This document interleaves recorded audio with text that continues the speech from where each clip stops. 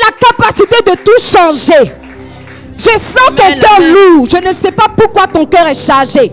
Mais je vais te faire comprendre que l'adoration a réveillé ma nièce. L'adoration, lorsque j'ai élevé ma voix, j'ai dit, Seigneur, tu ne peux pas permettre qu'en une année, il y ait 2 cas de décès dans ma famille. Parce que mon père était mort. Et dans la même semaine, ma nièce a voulu mourir. Pour te faire comprendre que la mort te guette à n'importe quel moment. Mais pas ton adoration. Pas notre adoration, c'est pas par mes forces. Mais parce que tu as compris qu'il y a des adorateurs. Nous avons prié, nous avons chanté. En espace de 1 ou 2 semaines, mon père qui était mort a ressuscité. Ma nièce a ressuscité. Ce n'est pas parce que je n'ai rien à faire que je me tiens ici. Mais je veux que tu comprennes qu'un adorateur, même si ta foi est comme une graine de moutarde, tu dis à cette montagne, déplace-toi. Elle va se déplacer. On ne doit pas te supplier pour adorer Dieu. Parce que ma soeur, j'ai été dans la santé. À chaque minute, à chaque heure, je voyais des gens mourir. Donc quand je te dis adore, je sais pourquoi je te dis. Parce qu'il y a des combats que tu ne vois pas. Mais que l'Éternel mène pour toi chaque jour. Il y a de la mort autour de toi. Mais tu n'as pas les yeux spirituels pour voir. Prie pour que Dieu ouvre ton esprit. Pour que tu voies la grâce d'être chrétien. Prends ta vie au sérieux. Prends ta vie au sérieux. Que sert à un homme de gagner ce monde s'il perd sa vie? Moi, j'ai choisi de suivre Jésus. Amen, amen. Est-ce que tu as choisi de suivre Jésus? Non, je n'ai pas entendu. Est-ce que tu as choisi de suivre Jésus? Amen. Est-ce que tu as choisi de suivre Jésus? Être chrétien, c'est pas venir s'asseoir ici. Être chrétien, c'est chaque jour. Même quand tu gagnes à manger, même quand tu ne gagnes pas à manger, même quand tu as l'occasion même de gagner un grain de riz, c'est ça un chrétien.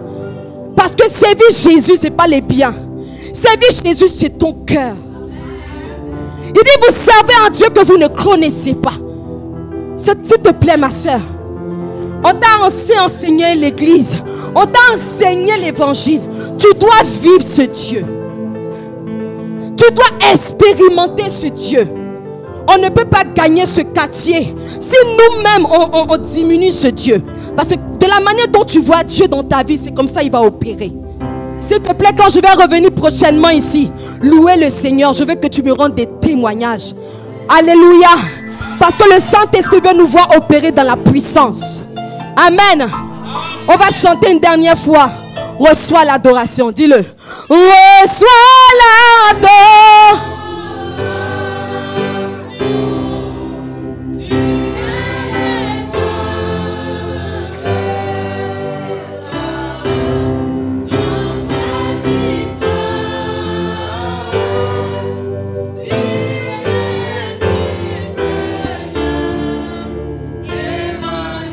Dis-le encore, reçois. Reçois la. Pousse encore, pousse encore, pousse encore.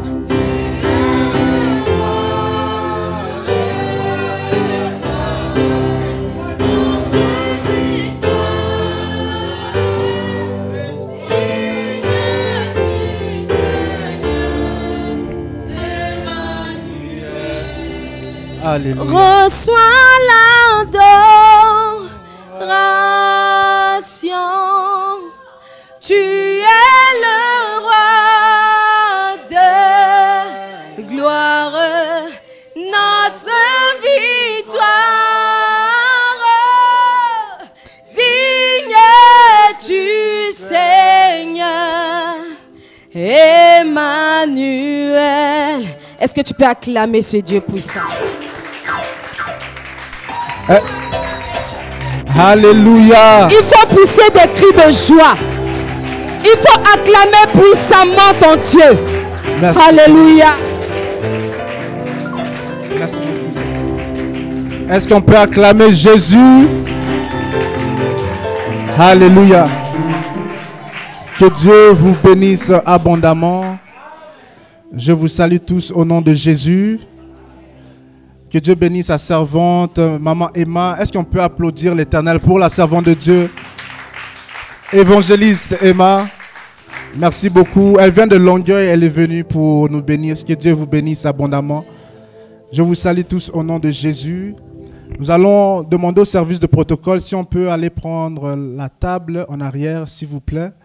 La table en arrière. Aujourd'hui, nous allons être abondamment bénis.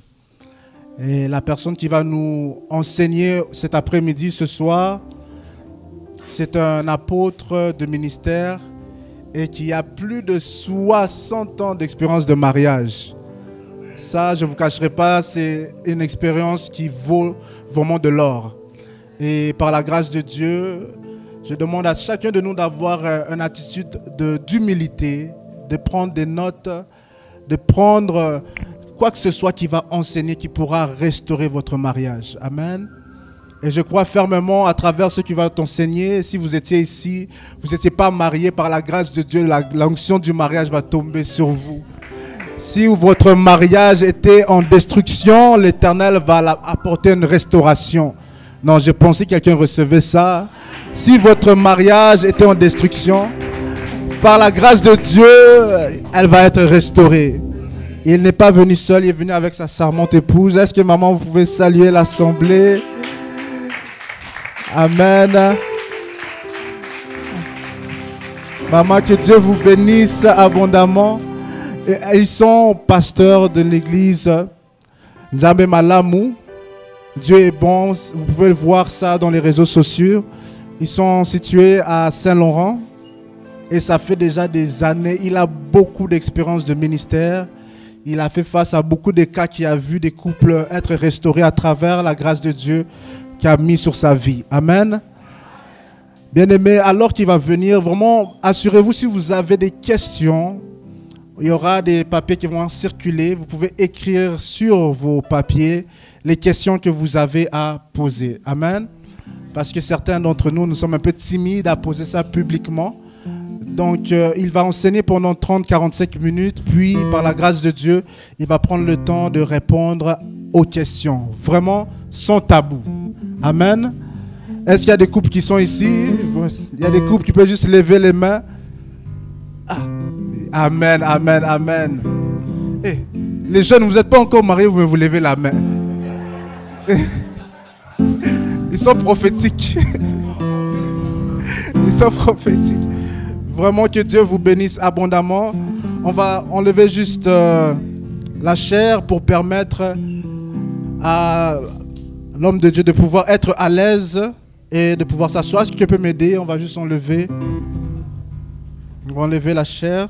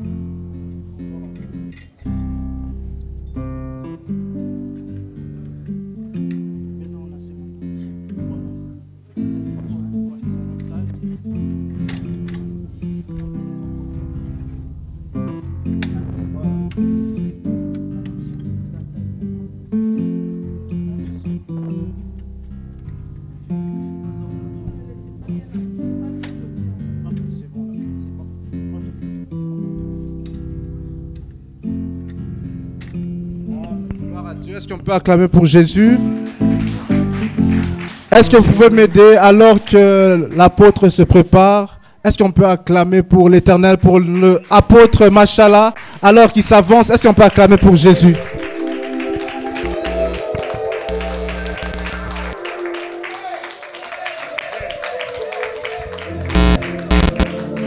La Bible dit double honneur à ceux qui nous enseignent la parole. Est-ce qu'on peut se lever à honorer la grâce de l'apôtre Machala?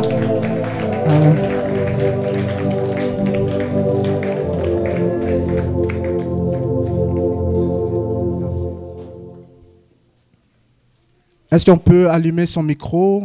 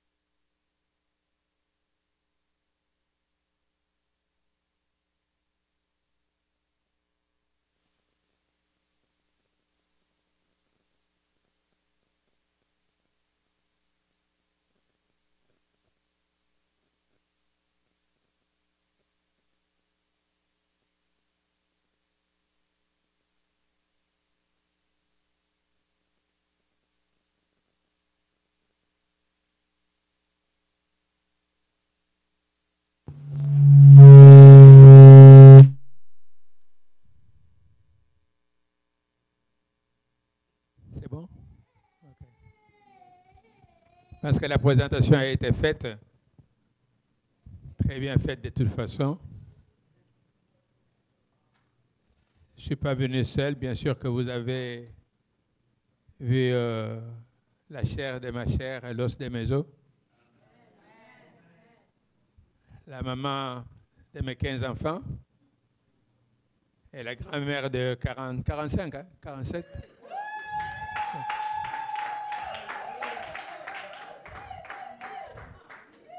Alléluia.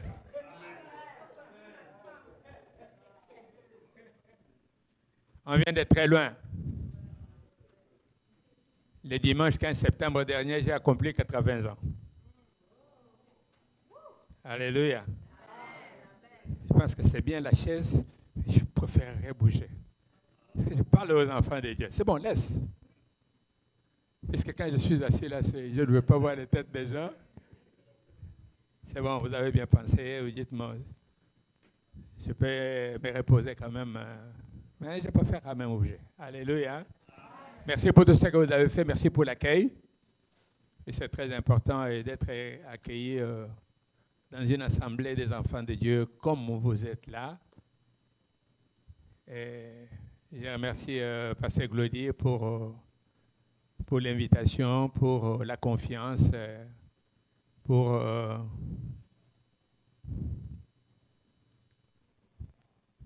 tout ce qu'il a fait pour moi, à ma modeste personne. Parce que ça soit ici ou ailleurs, ce n'est pas toujours facile qu'on cède la chair à quelqu'un. Ce n'est pas toujours facile. Puisqu'il y a toujours des gens qui peuvent venir avec de mauvaises idées, ils viennent, ils mettent n'importe quoi dans la tête des enfants de Dieu, et puis après, ça explose. Alors pour cette confiance-là, à ma modeste personne, je dis encore merci. Je trouve les vieux crocos ici. L'autre vieux, où est-ce qu'il est? Il est parti. Amen. Je m'excuse, on avait prévu qu'on commence à 17h, mais vous savez, nous avions notre culte. Il y a d'autres occupations, ça nous a pris du temps. C'est ainsi que nous sommes arrivés à cette heure-ci en retard. C'est donc nous vous demandons de bien vouloir nous excuser. Aujourd'hui, ce qui nous amène ici, c'est le message. Ils ont bien pensé sur le thème.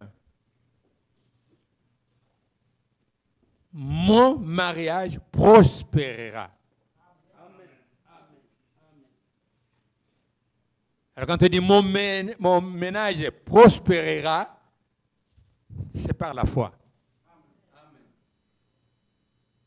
Il y en a qui ne sont pas encore mariés. Ceux qui sont mariés, ils sont là, oui. Mais il y en a qui sont mariés comme par accident. Ça veut dire qu'ils se sont mariés sous le coup d'émotion. Sans amour. sans chercher à voir exactement à qui je me marie ou avec qui je me marie.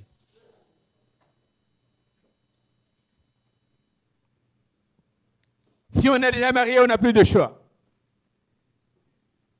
Mais si on n'est pas encore marié, il faut beaucoup prier pour trouver un bon partenaire, une bonne femme.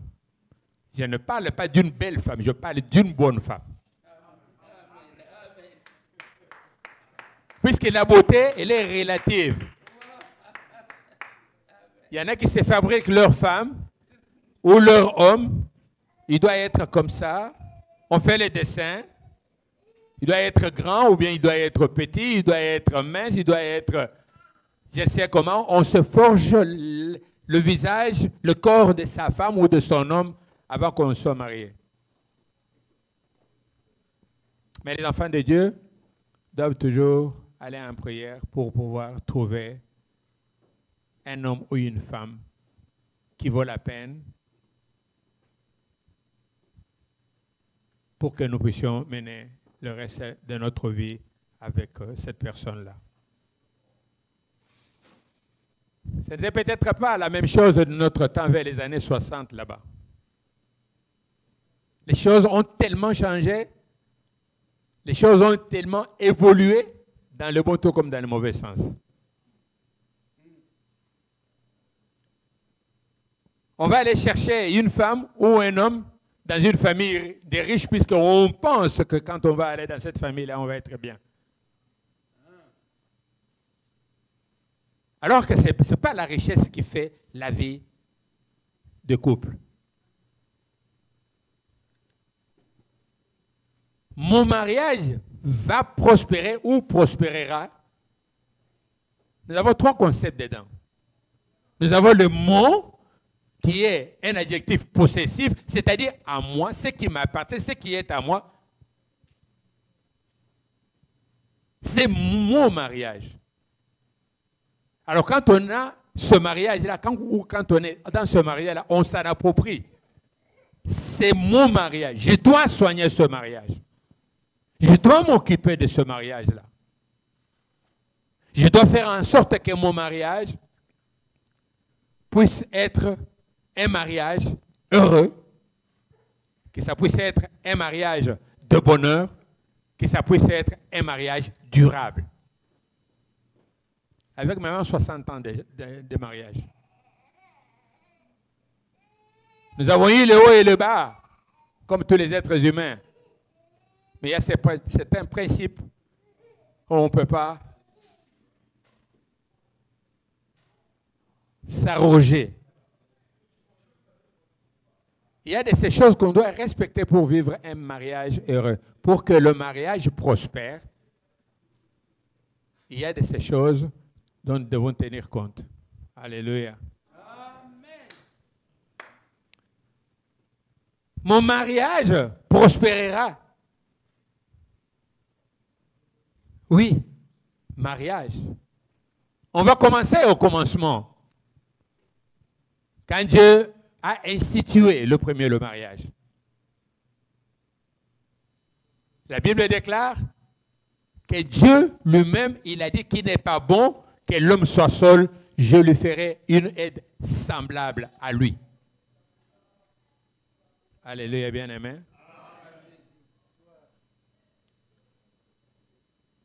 Dieu s'est dit que je vais créer un homme.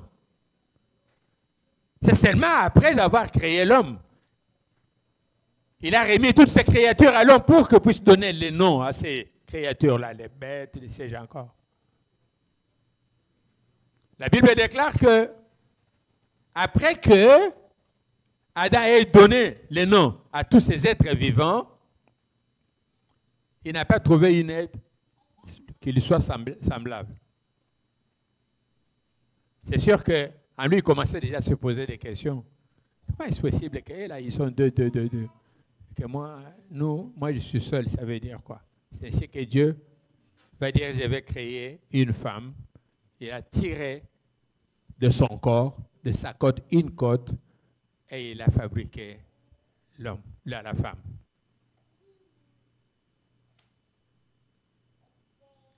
C'est bien dire.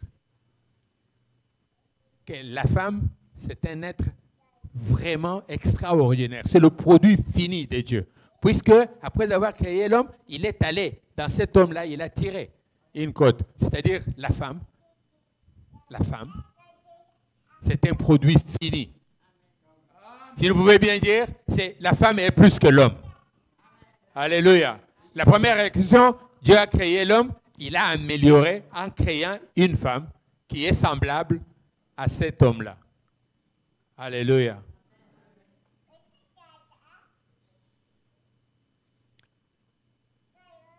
Nous nous mettons dans la situation de Dieu. Lui qui a fait toutes choses meilleures, puisque la Bible déclare que quand il a commencé à créer des choses,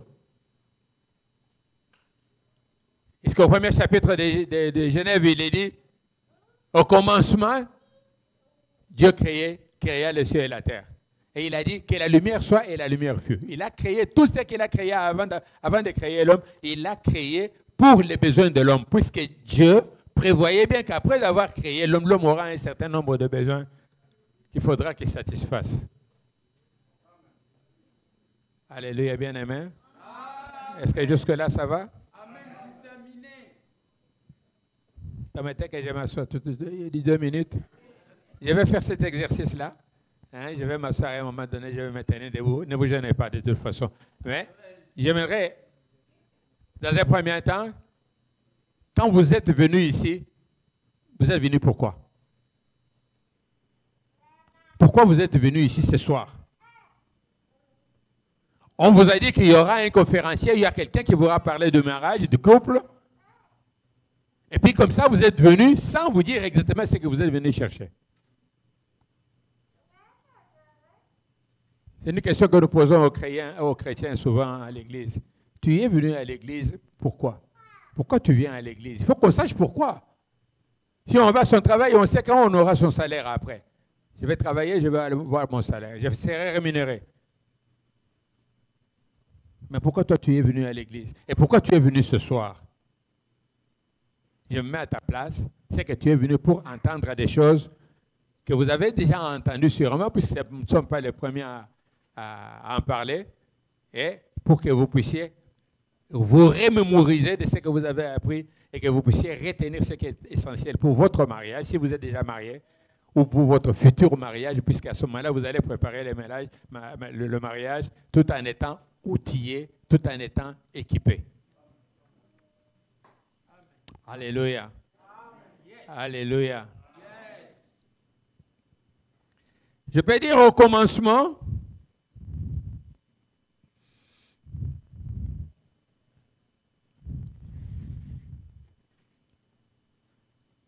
quand nous voyons Dieu dire que, après avoir créé la femme et l'homme, si nous regardons dans Genèse chapitre 1, verset 28, il nous dit ceci. Dieu les bénit et Dieu leur dit, soyez féconds. Multipliez, remplissez la terre et la sujettissez. Et dominez sur les poissons de la mer, sur les oiseaux du ciel, sur tout animal qui se meut sur la terre.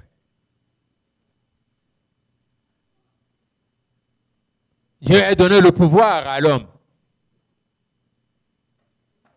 Enfin, l'homme n'use pas de ce pouvoir-là pour pouvoir faire de bonnes choses. Vous savez que quand l'homme a été créé, Adam, il a donné l'ordre à Adam. Tu vas manger de tout ce qui est dans le jardin, mais tu ne mangeras pas de fruits de l'arbre qui se trouve au milieu du jardin. Car le jour où tu en mangeras, tu mourras. Alléluia. Dieu, c'est un Dieu d'ordre. Merci, chérie. Celle-là, c'est maman Vico, c'est ma fille cadette. C'est elle qui...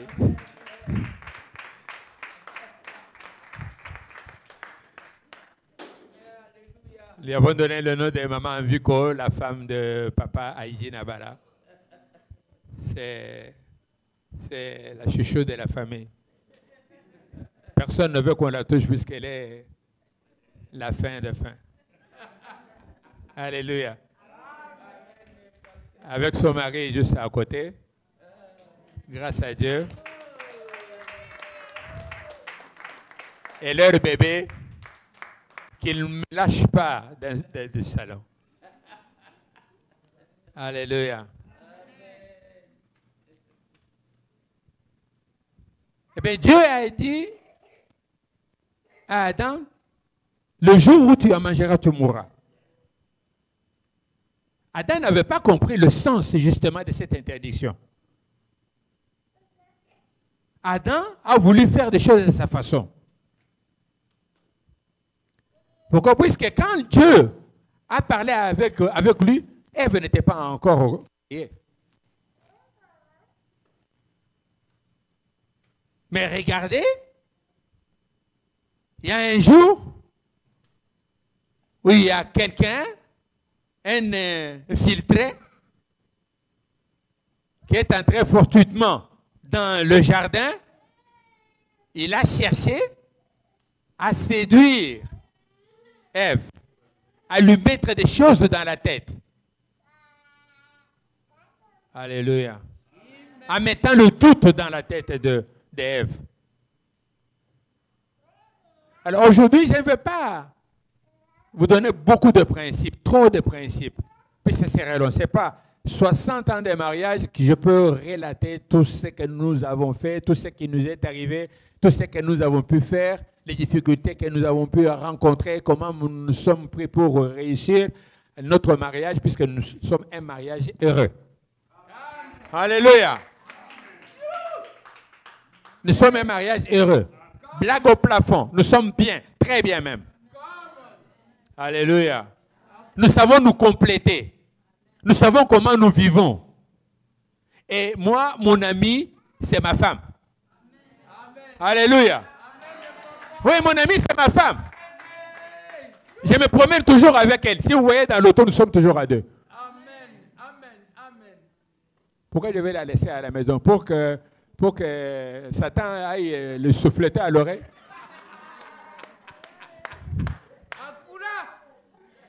Alléluia. Je vais la garder jalousement avec moi. Alléluia. Amen, papa. Surtout quand nous étions au pays. J'ai combien de minutes? Parce que le pasteur, il parle. Non, le pasteur parle. On doit être strict. 25 minutes. Bon, mettez pour moi une horloge là-bas, s'il vous plaît. Puisque, prochainement, il y aura. Alléluia. J'étais occupé, j'occupais des très hautes fonctions au pays. Il y en a qui me connaissent quand même ici. Elle ne me lâchait pas. Elle m'appelait tout le temps. Où est-ce que tu es? Ça va? Est-ce que tu vas bien? Je dis oui, ça va.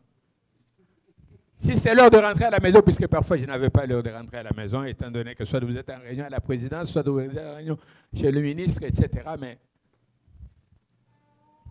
c'est qu'il y avait quelque chose qui l'attirait vers moi. C'est ce que Dieu avait dit dans le jardin d'Éden. Il a dit à Ève, ton cœur sera toujours attaché à ton mari. Amen, amen, amen. Alléluia. Une femme qui laisse son mari toute la journée comme ça, elle ne sait pas qu'est-ce que le mari est en train de faire. Elle néglige son mari.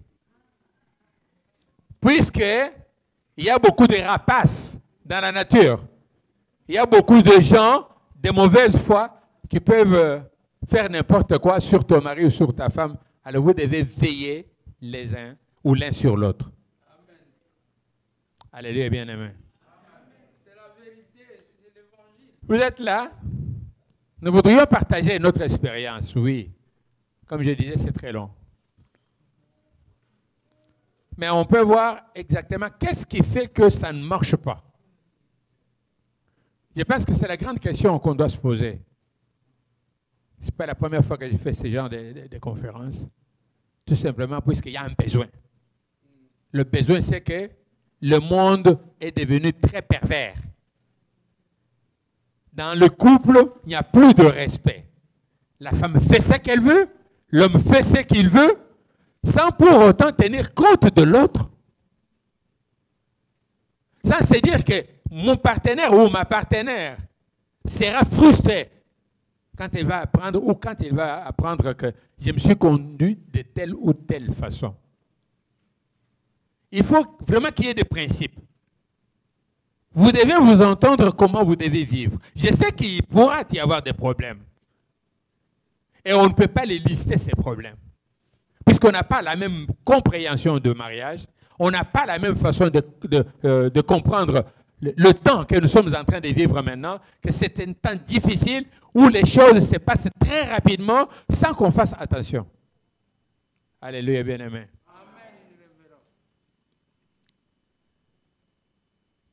Je disais que pourquoi vous êtes venu ici, c'est que vous êtes venu pour un but. C'est que vous avez peut-être des choses qui vous chagrinent, des choses qui vous tourmentent, les choses qui vous embêtent, les choses qui vous emmerdent. Vous cherchez des solutions. Vous voulez apprendre comment nous, on s'y est pris pour faire 60 ans. Alléluia. 60 ans, c'est pas hier, ça. C'est pas hier. Alors, j'aimerais que chacun, celui qui a les questions, que vous puissiez déjà préparer ces questions-là. Préparez les questions, donnez au pasteur Claudie. Comme ça, on pourra vous appeler, hein, vous levez le doigt, vous appelez, comme ça vous posez votre question. Maman est là, elle va être avec moi, elle va compléter, elle va donner son point de vue sur les différentes questions que vous allez soulever ici. C'est ce qui est important, puisque je pourrais vous parler de mariage, je pourrais vous parler de couple, alors que vous avez des pasteurs, on vous en parle toujours. Mais ce qui est important maintenant, comment vous pouvez vivre, comment vous pouvez mieux vivre votre vie de couple. Alléluia. Nous avons certains domaines. Je voudrais aller un peu rapidement là-dessus, puisque 25 minutes, ça passe très, très vite. Il y a certains domaines,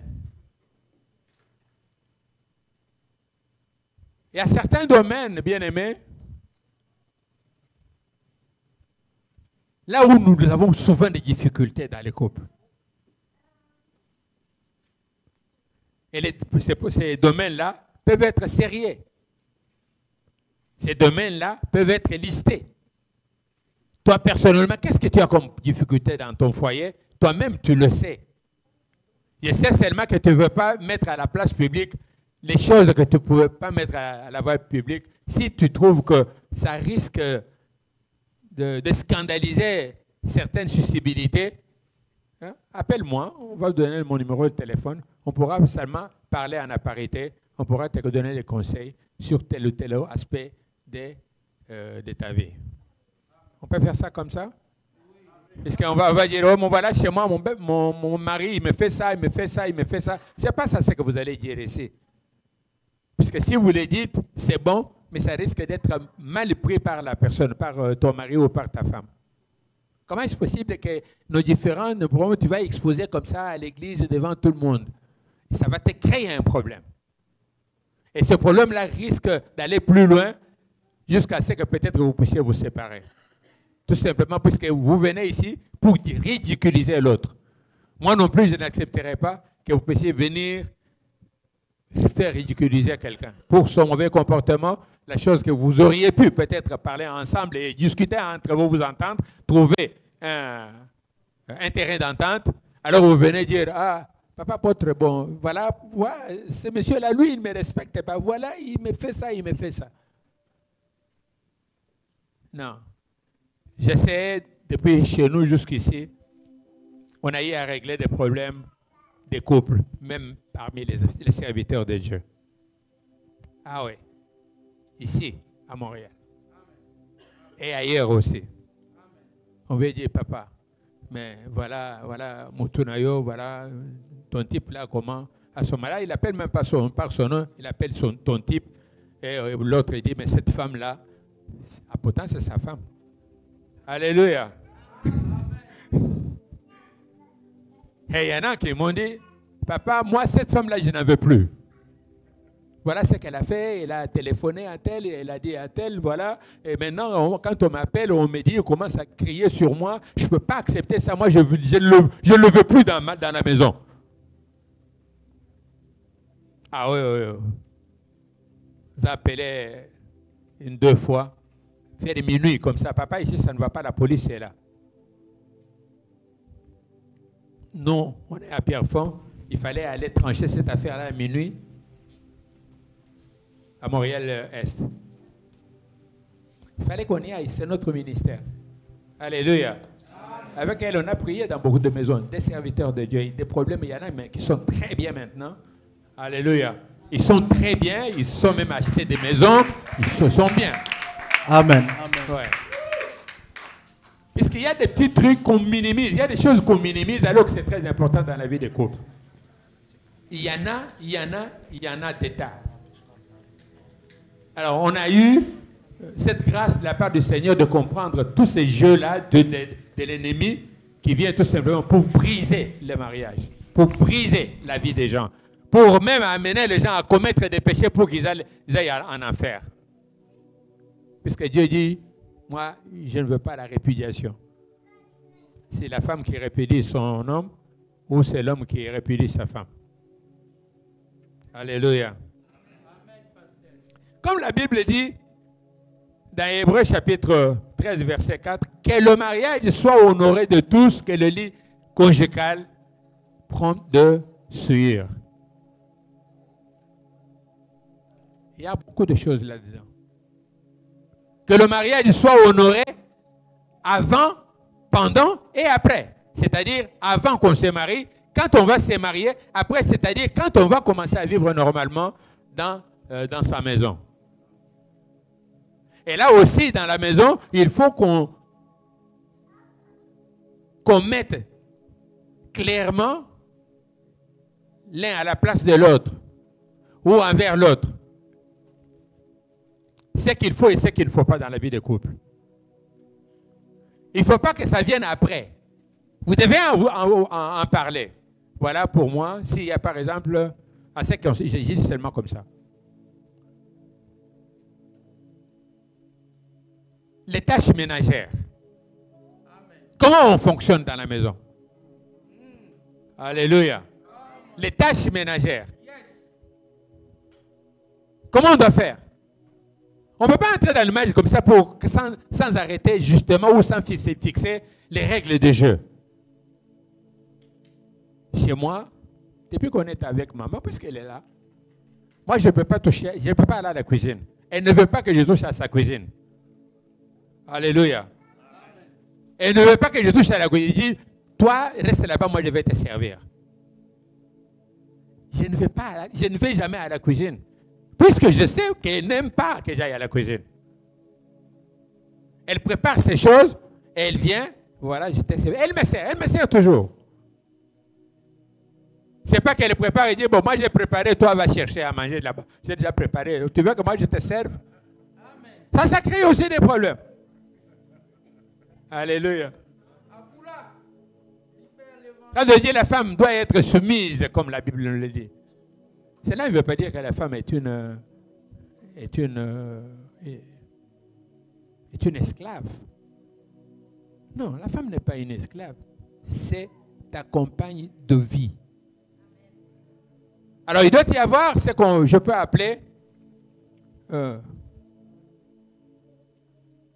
contrat, une alliance. C'est-à-dire, on s'entend sur ce qu'on doit faire dans la maison et ce qu'on ne doit pas faire. Alléluia. Si on ne s'entend pas et qu'on est surpris, alors à ce moment-là, on va dire, oh, on n'avait pas pensé à ça. Viens un peu, on va en parler. Je vais parler ici de la communication.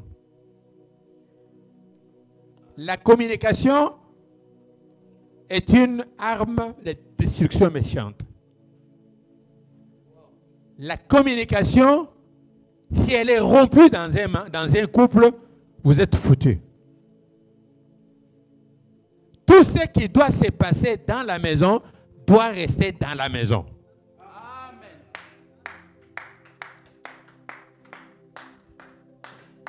Que ce soit la femme ou l'homme, personne n'a le droit d'extérioriser les conflits de la maison. Surtout pas aller en parler à vos familles. La belle famille ne doit être au courant de rien. Alléluia. Si vous mettez votre belle famille ou votre famille dans votre foyer, il y aura un jour où vous allez être surpris. Alléluia, bien-aimé.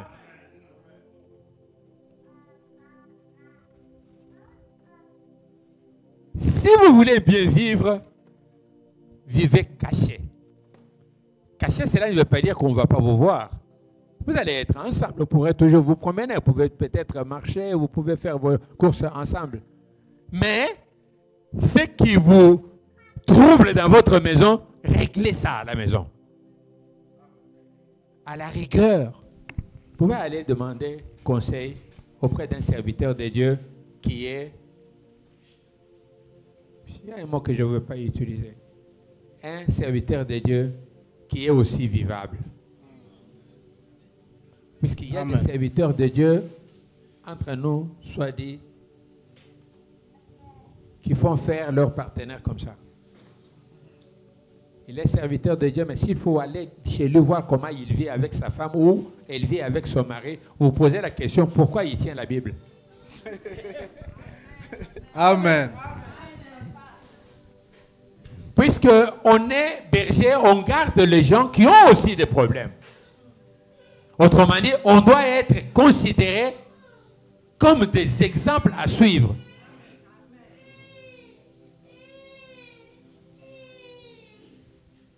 On doit être des modèles à suivre. Ça, j'en parle ici, mais j'ai déjà fait des conférences avec des pasteurs. De toute façon, j'en ai déjà fait avec des pasteurs.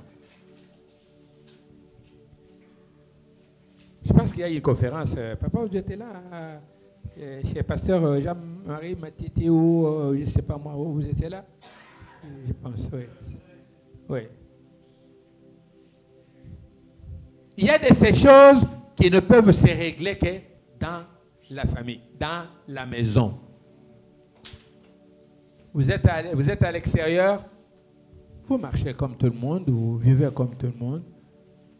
S'il y a des choses à régler, il faut les régler à la maison. Amen. La communication, je répète, c'est une arme qui détruit les œuvres du diable. Puisque la communication, si elle est rompue, il y aura maintenant des choses qui vont venir et on va en mettre ça dans son cœur. On ne pourra plus les sortir. Ça va étouffer le cœur et puis ça va refroidir l'amour. C'est ainsi que vous allez trouver des gens qui vivent dans la même maison, mais qui vivent comme chien et chat. Ne me touche pas. Ne me touche pas. Mais ne touche pas. Mais comment je ne te touche pas? Je dois... Non, non, laisse-moi tranquille. Va faire tes affaires ailleurs. Non, les enfants de Dieu ne doivent pas vivre comme ça. Alléluia. Amen. Alléluia. Amen. La Bible déclare dans Proverbe chapitre 18, verset 22, c'est lui qui trouve une femme, trouve le bonheur. Mais il s'est fait que dans certains foyers, la femme c'est vraiment un cauchemar. La femme est invivable. Pourquoi? Puisqu'elle veut prendre la place de l'homme. Elle veut inverser le rôle établi par Dieu. Dieu a dit, l'homme est le chef de famille. Comme Jésus est le chef de l'église.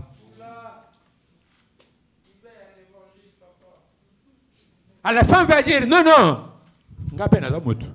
Oui, on n'ignore pas, on sait bien que tu es moutou. Mais il y a des règles qu'il faut suivre. Moi aussi, je suis un homme. Alléluia. Et moi aussi, je suis un homme. Moi aussi, je porte la culotte ou le pantalon.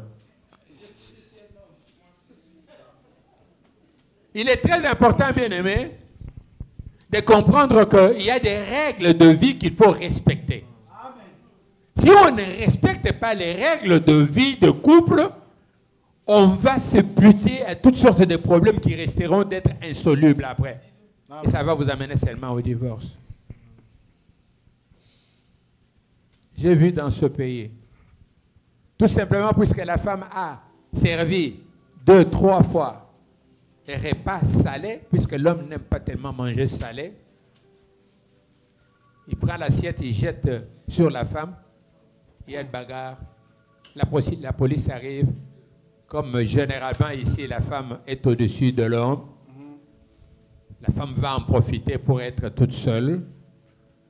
Il dit, bon, moi, la police, je ne veux pas le voir ici. Il ne doit pas passer ici. Ce n'est pas biblique, ça. Que la femme s'arrange, ou peut-être par rapport à la loi dans ce pays, qu'on établisse un certain périmètre là où l'homme ne doit pas mettre ses pieds. Et parfois aussi, le comble qu'il y a des enfants, parfois dans ce mariage-là. J'en ai vu des enfants qui ont souffert justement de cette mauvaise façon de comprendre les choses dans le mariage. Il y en a qui nous rapprochent, qui demandent conseil, on leur donne des conseils. Parfois, même si la plainte est déjà déposée au parquet, au tribunal, ils vont retirer on joue la médiation. C'est déjà arrivé que les gens ont pu retrouver leur vie, tout simplement puisqu'ils ont toqué à la bonne porte. Alléluia. Amen. Généralement, on ne peut donner que ce qu'on a. Si toi, tu es un malfrat, comment tu vas conseiller quelqu'un de ne pas l'être? Tu vas conseiller quelqu'un selon ce que toi tu fais, ce que toi tu sais.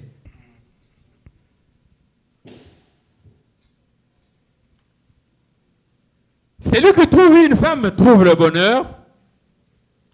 C'est la femme qui doit s'arranger pour justement faire bénéficier à son mari des choses qui vont à elle de profiter pour que leur mariage soit heureux. Puisque si les violons ne s'accordent pas, peut-être sur les minimes choses, sur les petites choses seulement, on commence à s'échamailler, on finit par se tenir à la main, se battre. Ça devient à ce moment-là extrêmement dangereux pour la vie des couples. Là, j'aborde le point du respect. Le respect, c'est un des domaines qui est très important dans le mariage. Et le respect doit être mutuel. Comme je disais, ta femme n'est pas ton esclave. Ton mari, ta femme n'est pas une femme de ménage. Oui, j'en ai vu. La femme qui dit à son mari, mais tu vas nettoyer les vaisselles. Moi, j'ai préparé, j'ai fait, toi, tu as été là où tu étais. Mais il faut faire, parce qu'il y a parfois des cancrelats dans la maison, il faut que tu nettoies la vaisselle. Il n'y a pas de respect. Il n'y a vraiment pas de respect. Alors, s'il vous plaît, vous devez vous respecter l'un et l'autre. Ne minimise pas ta femme, ne minimise pas ton mari. Puisqu'il est ton mari. Quand vous êtes allés vous chercher, on ne sait dans quel monde vous êtes convenus pour vivre ensemble, le monde n'était pas là. Mais quand vous êtes ensemble, on sait que vous êtes ensemble, mais faites en sorte qu'effectivement, on puisse montrer de quoi vous êtes sérieux pour vous autogérer. Si vous ne pouvez pas vous autogérer, vous attendez que quelqu'un d'autre vienne s'infiltrer chez vous, vous allez en avoir vraiment pour votre compte. Et à un moment donné, vous aurez seulement vos yeux pour pleurer. J'ai vu des hommes pleurer puisque la femme lui a dit « Je ne veux plus te voir ici ». Pas plus tard que la semaine dernière, elle est venue toquer chez moi. Elle dit « Mais papa, mais ça ne va vraiment pas ». Moi, je dis « Qu'est-ce qui se passe ?» Il est allé me porter plainte et la police m'a dit « Je ne peux pas arriver à la maison, je ne peux pas voir mes enfants ». Je dis « Mais pourquoi tu veux pleurer, cher? Pourquoi tu pleures? Tu es un homme. » Alors, sache exactement qu'est-ce qui est arrivé et comment c'est arrivé. Essaye de trouver une solution. Amen. Amen. Si tu as des choses que tu peux réunir, tu puisses me parler. sincèrement, je pourrais te donner des pistes de solutions. Si tu vas essayer que ça ne marche pas, à ce moment-là, on va voir comment on pourra faire cette médiation-là. Alléluia, bien-aimé. Les enfants de Dieu doivent se respecter l'un et l'autre. Amen. Amen. Il y a un problème qui arrive souvent dans les couples, c'est l'argent. L'argent. Amen. Hein? On cause, hein? L'argent. La Bible déclare, aussi dans Timothée, dit c'est n'aimez pas l'argent, puisque l'argent est la source de tous les maux. Avec l'argent, tu peux divorcer ce soir, c'est fini. L'argent, quand ça vient, ça dépend de comment vous vivez, comment vous êtes habitué à vivre quand vous deux vous recevez le salaire. La paye, quand la paye vient, comment vous gérez ça? Comment vous établissez votre budget familial? Est-ce que quand vous établissez votre budget familial, il y a aussi épargne dedans? Est-ce que vous vous arrangez pour qu'il y ait de mettre un peu d'argent de côté? Puisque j'en ai vu des gens qui bouffent l'argent comme ça, ça vient, ça part. Et puis après, même pour 100 $, il va emprunter. Ça, c'est une mauvaise gestion de budget, c'est une mauvaise gestion de l'argent. Et ça crée, ça frustre les gens dans le foyer. Je pense que la question peut venir. Est-ce que le mari peut connaître le salaire de sa femme? Est-ce que la femme peut connaître le salaire de sa femme? L'homme peut connaître le salaire de sa femme ou l'homme peut connaître le salaire de son mari? Aïe, aïe, aïe. Pourquoi? Puisque la femme s'est dit, moi je suis ici au Canada, j'ai une famille qui est restée là-bas. Vraiment. Alléluia. J'ai une famille, moi. Tu vas toucher à mon salaire, tu vas avoir des problèmes. Si tu veux faire les affaires avec ton argent, paye les loyers, paye la bouffe, tout ça, achète les carburants, mais moi, mon argent, je dois investir là-bas, puisque mes parents souffrent sérieusement.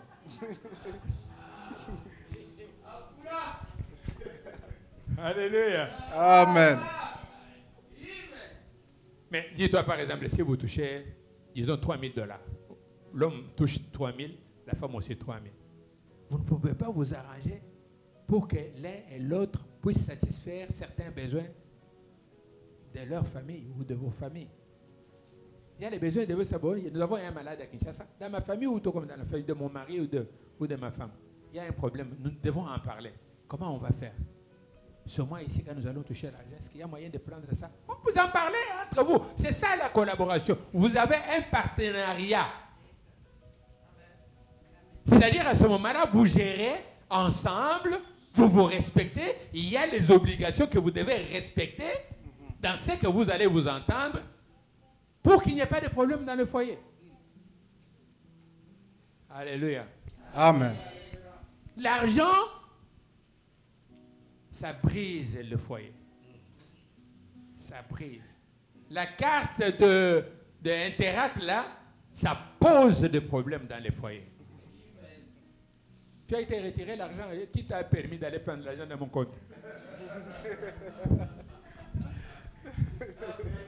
Vraiment. Alléluia. C'est-à-dire, s'il y a un besoin, la femme va demander l'autorisation à son mari. Le mari aussi doit demander l'autorisation à sa femme, puisqu'ils ont un compte conjoint. Tu ne peux pas aller te permettre d'aller sortir 2 000 $ comme ça, et puis après tu me dis, bon, je vais te dire pourquoi j'ai retiré cet argent. Non, non, non, ça ne fonctionne pas comme ça. Amen, amen. Vous devez vous entendre dans votre maison. Vous devez vous entendre.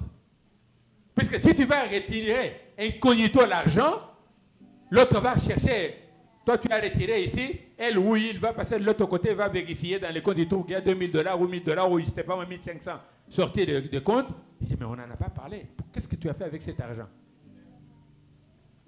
J'en ai vu des problèmes sortis dans les foyers, tout simplement puisqu'on a pris des décisions sans se concerter.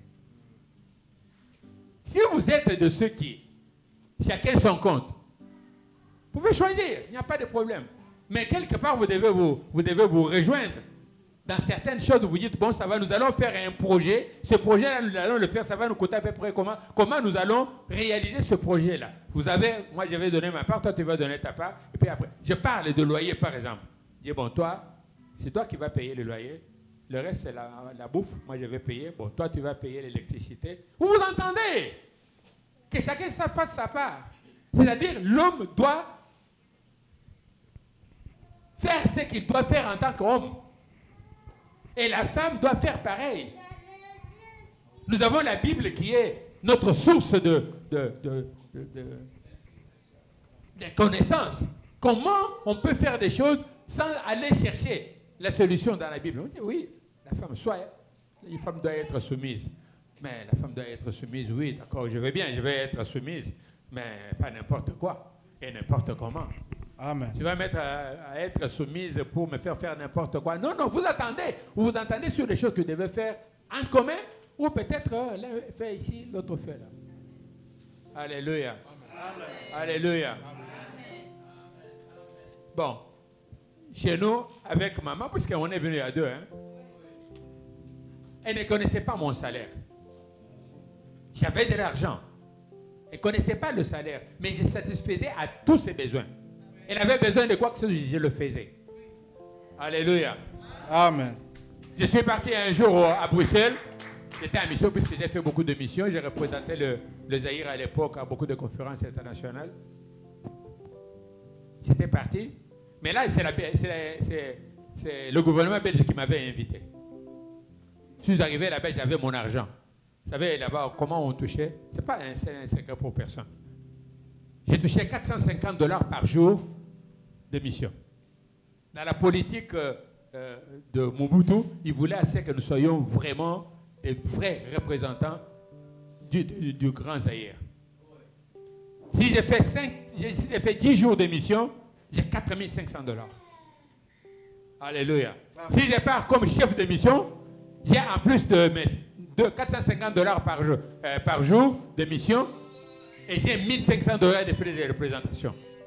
Puisque je peux arriver là-bas, je peux réunir les ambassadeurs, je peux réunir les gens pour leur offrir un dîner au nom du Grand Zaïre. Et on le faisait. Alléluia. J'arrive à Bruxelles, j'avais l'argent. Et quand j'étais là-bas, j'étais aux frais du gouvernement. C'est seulement un exemple que je donne. Tout simplement, je ne veux pas vous prendre trop de temps, mais se donner des exemples, des témoignages qui peuvent vous dire qu'on a été quelque part, on a vécu des choses. Peut-être que ça peut vous aider dans votre vie de couple. Amen. Alléluia. Je suis arrivé à Bruxelles, j'étais invité par le gouvernement belge qui m'a pris en charge dans tout. J'avais un chauffeur, j'avais tout, je pouvais aller où je voulais. J'étais à Hilton, à Paris, à Bruxelles. J'ai dit, mais j'ai de l'argent quand même. Je regarde, j'avais mon picot de l'argent comme ça. Je suis allé, j'ai acheté une voiture pour ma femme. Elle ne savait pas, j'ai amené une voiture à Kinshasa. Alléluia. Amen. Maman est là seule, celui-ci est seul. Attendez, son témoignage. Est-ce que là est seul? Est-ce que c'est vrai? Non, qu'elle dit. Alléluia. Une belle voiture. Ah ouais. J'ai acheté à ma famille. Est-ce que toi, tu peux faire ça? Tu as l'argent. Est-ce que tu peux faire? Alléluia. Est-ce que tu peux le faire puisque tu aimes ta femme? Tu peux offrir un cadeau comme ça de voiture à ta femme. Amen. Alléluia.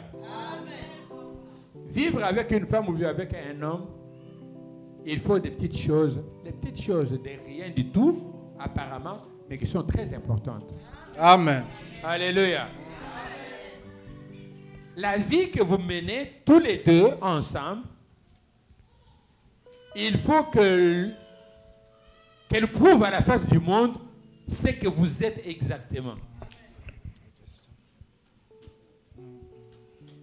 Vous êtes avec votre femme, c'est un exemple. Vous marchez. Comment vous marchez sur la rue avec votre femme?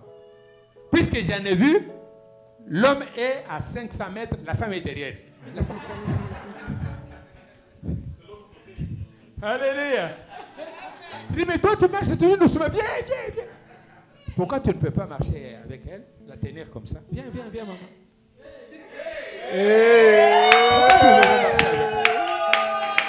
Hein? Pourquoi tu ne peux pas marcher? Pourquoi tu ne peux pas que ça soit le monde soit combien? Tu fais comme ça à ta femme. Merci beaucoup. Merci. Alléluia. C'est chaud. Ça attire, ça fait l'amour. À ce moment-là, tu es en train de soigner l'amour. L'amour, il faut le soigner. Amen.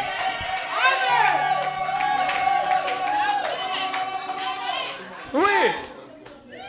Tu ne peux pas être la femme là-bas, ou bien ton homme là-bas, toi tu es d'ici. Mais ça là nous quitte.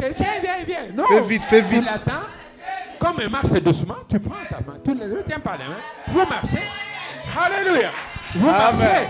Oh, ça c'est beau. Alléluia.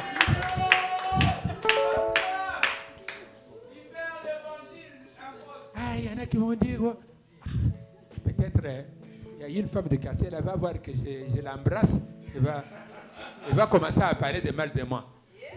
Je m'en fous. Amen. Alléluia. Je vais aller doucement, je pense qu'il me reste 5 minutes. Okay. Avant les questions, oui. L'amour, il faut le soigner. Il faut vraiment regarder dans tous les sens l'amour. C'est très important. Il y en a ceux qui sont ici, qui sont mariés. Combien de fois tu amènes ta femme au restaurant?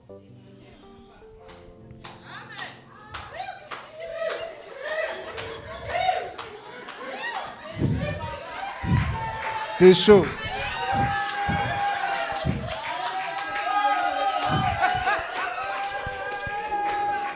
Alléluia. Combien de fois tu amènes ta femme au restaurant? Vous savez ce qu'il y a dans notre couple? Ma femme m'amène au restaurant. Il dit aujourd'hui on va aller manger au restaurant. C'est elle qui paye. Amen les hommes.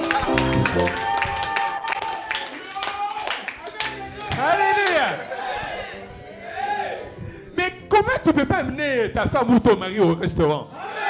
Amen. Ce sont des petites choses qui sont très importantes. Tu es à la maison. Vous êtes à la maison. Est-ce que je suis en train de poser la question à ceux qui vivent dans les couples? Est-ce qu'il vous arrive des fois de jouer à la maison? Jouer à la... Hey, toi! Hey.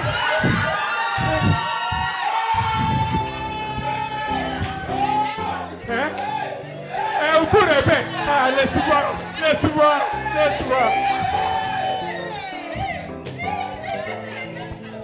Alléluia.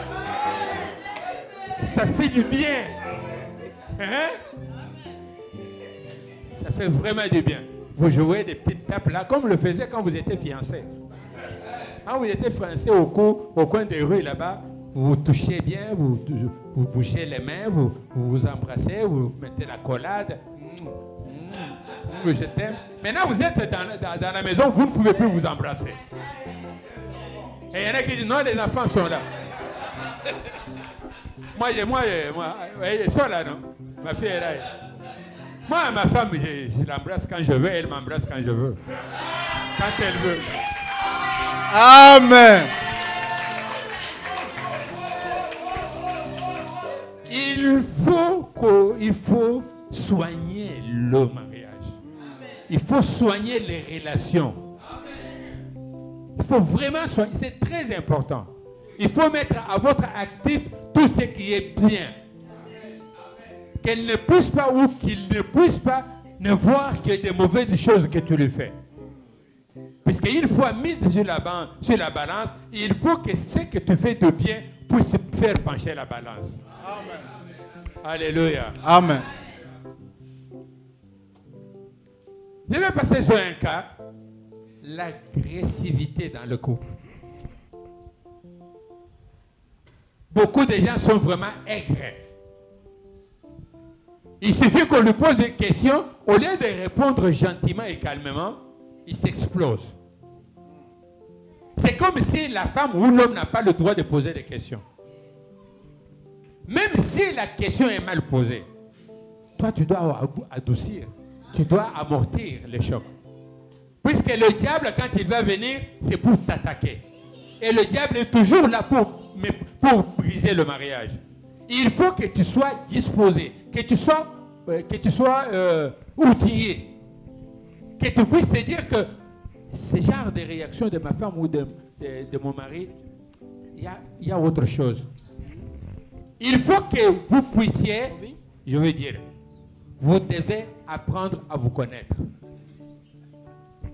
Puisque si vous savez que votre mari ou votre femme est agressif ou est agressif, il faut voir maintenant comment il faut trouver une solution afin que son agressivité puisse descendre, puisse baisser. Puisque si on est agressif, c'est n'importe quoi qu'on peut jeter sur la figure.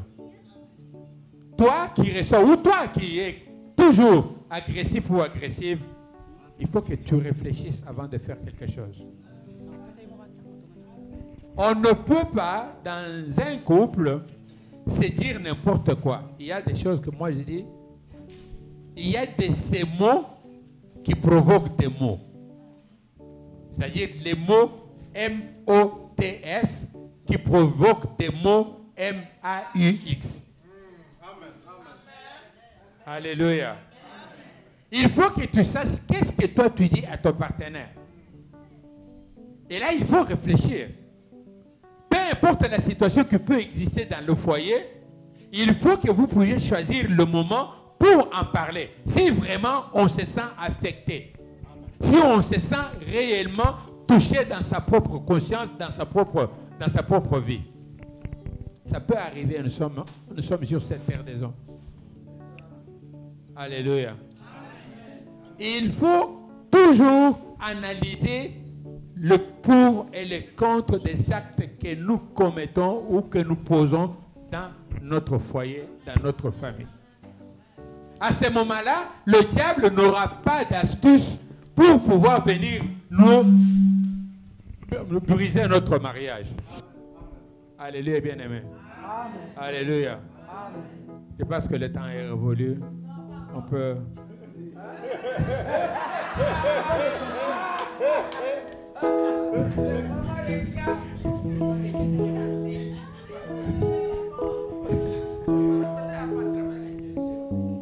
Oui.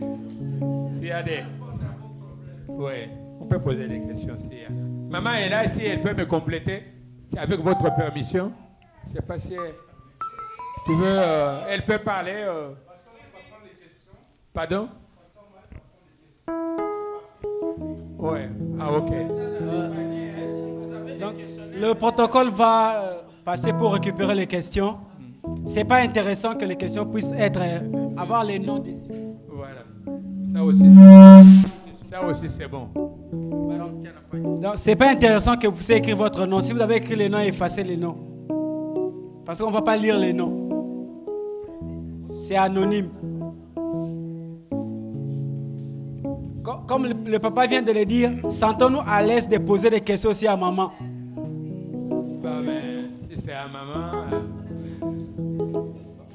Moi aussi j'ai ma question. Moi je n'ai pas écrit. J'ai ma question directe. Il n'y a pas de problème. Mais tu as dit qu'il n'y a pas de nom. Sur ceux qui posent des questions, il n'y a pas de nom. Mais il a dit ça. J'ai deux questions. Ma première question, ayant vécu au mariage pendant plus de 60 ans, quel est pour vous le secret pour durer dans le mariage? Ça, c'est la première question. La deuxième question, vous êtes-il déjà arrivé dans vos 60 ans de mariage de vous poser la question, est-ce que j'ai commis l'erreur d'épouser cette femme? Si oui, comment vous êtes en sorti dans cette situation? Alléluia. Alléluia. Des questions?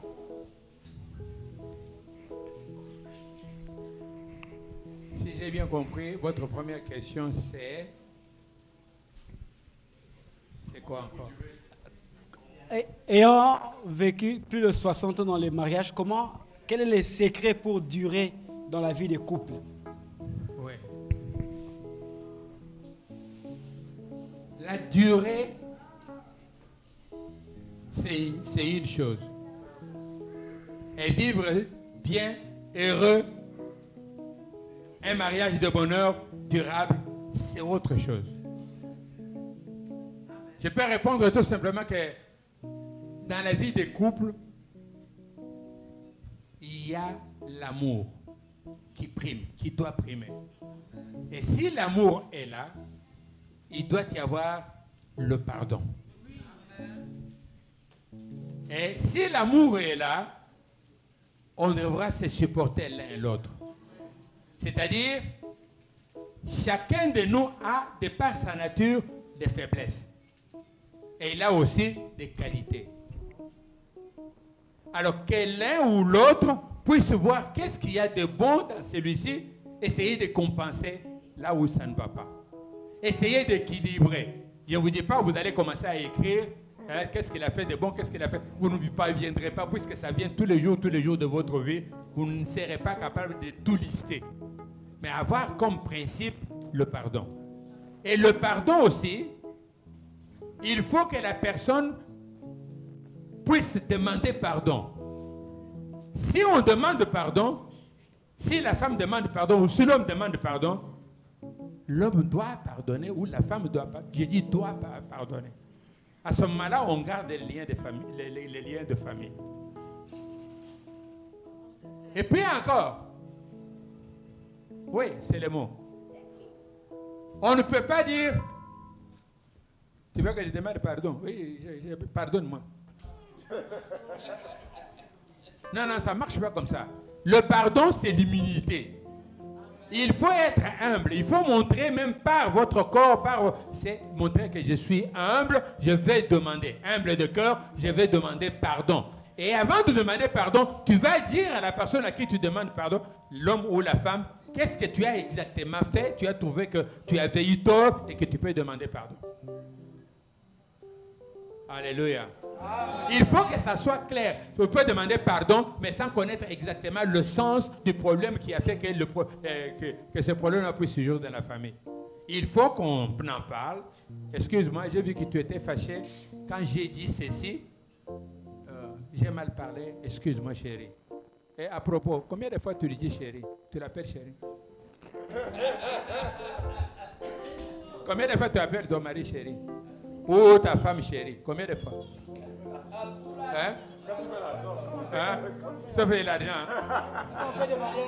Il dit chérie, chérie. Là, ça c'est flatteur. Mais on n'a pas besoin de flatterie dans le couple. On a besoin d'être sincère, c'est dire des choses telles qu'elles doivent se faire.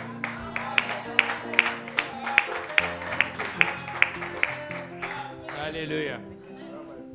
La deuxième question, c'est quoi? La deuxième question, ma deuxième question. Si ça m'est déjà arrivé de dire que...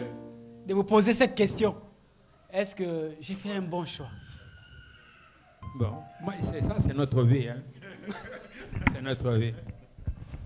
Quand on était jeune, alléluia. Tu vas parler, chérie. Tu vas parler, maman, tu vas parler. Ah, ça fait bien.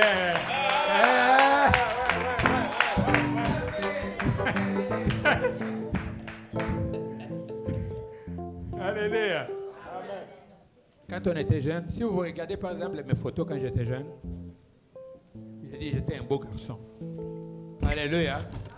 Même jusqu'à aujourd'hui, quand elle me regarde, elle dit mais je suis bien tombé. Parce qu'un beau garçon, je l'étais. Mais les amis avec qui je me promenais quand je cherchais ma femme, elles n'aimaient pas que moi je prenne ma femme. Mes amis ne voulaient pas de ma femme. Je peux dire même dans ma famille, il y a certains frères et sœurs qui ne voulaient pas de ma femme. Mais moi j'aimais ma femme. Ah, qu'est-ce que surtout les amis. Toi, qu'est-ce qu'il doit avec la petite fille, Moutete, elle est là comme ça. Elle est petite. Toi, qu'est-ce que... Moi, je ne sais pas, j'ai peut-être diminué, mais j'étais, vous comprenez, hein, quand même.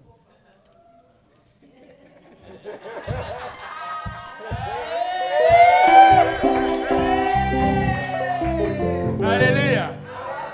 Moi, j'ai dit, c'est elle ou rien. Amen.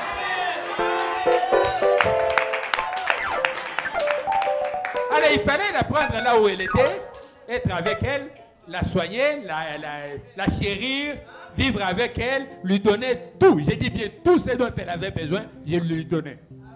Dans la mesure, dans la mesure de mes possibilités. J'aime ma femme, je l'aime encore et je l'aimerai encore.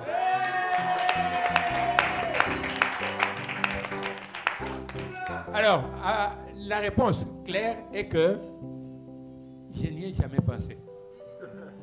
Puisque j'ai fait un bon choix. Ou encore par la grâce de Dieu. Puisque si j'avais pris de belles femmes, il y a Pembe, il y a Makasi, et elle le sait, il en parle souvent. Il y avait beaucoup de filles, j'ai vu de lycée Yohan Tcheli à Kananga là-bas, en ville, mais il y avait des filles terribles là-bas. Oui, canon, voilà. Mais il n'était pas plus canon qu'elle.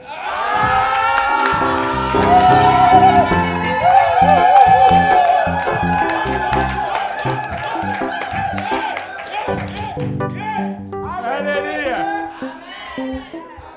Ah oui, je l'ai beaucoup aimé. Vous vous rendez compte que toutes ces années, on est toujours à deux dans la voiture. Ce qu'on dit qui était au temps, mais pourquoi je vais la cacher une belle femme comme ça? Alléluia. Il m'a donné de beaux enfants. Si vous voyez les garçons, vous allez dire, mais c'est terrible. Elle est toujours petite par rapport à toute la famille. Elle est là, la dernière. Télémana, maman, pardon. Télémana. Ouais!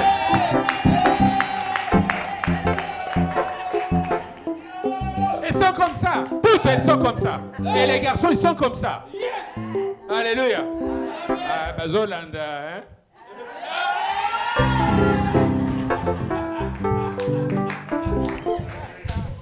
On passe. Amen. Ok. Next. Ok. On va lire les questions. Que faire quand une femme crie sur l'homme ou gronde sur l'homme? Oui, merci. C'est ça que j'ai dit tout à l'heure, l'agressivité. Que ce soit l'homme ou la femme, on n'a pas le droit, je dis bien, on n'a pas le droit de crier sur l'autre. Ça peut nous arriver.